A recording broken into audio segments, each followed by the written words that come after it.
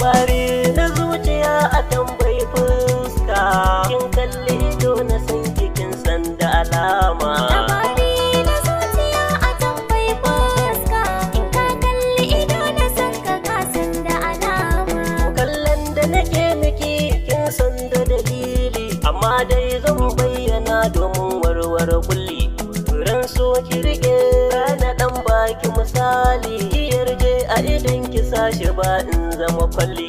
Ki mun lamuni kar da so ya zammin ni jidali, dina ke ce kadai a raina tun asali.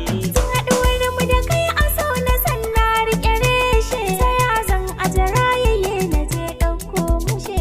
Shakurmin ka da ni da kai kamar mun haɗa tushe, lani na yarda za na aure ka Bahaushe. Turaren ka masoyi zuciya ta waka feshe, tunanin ka nake ta yi ko zan dama.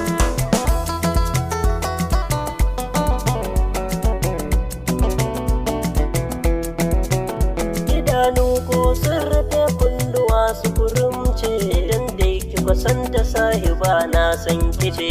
Ga hannuna kin rike shi kamkar da ya sunce, mu ratsa gari don su shaida cewa mun dace. Kowace ƴa'in da je wajen ta sai in ga hoto ce, dukan faɗin sansanin mu kuna ke ɗaya ce. Shiri ba sai a kasuwa in an saida, shi ko sosai gun masoyi zance na danne.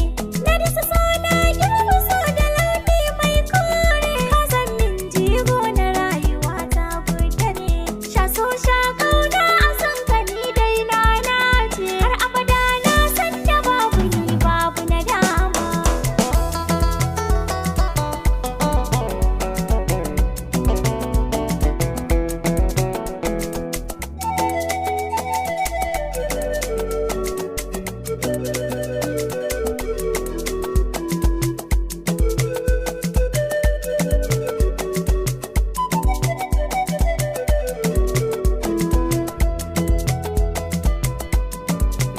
Labari na zuciya a tambayi fuska. Ka kalli ido na san ka san da alama.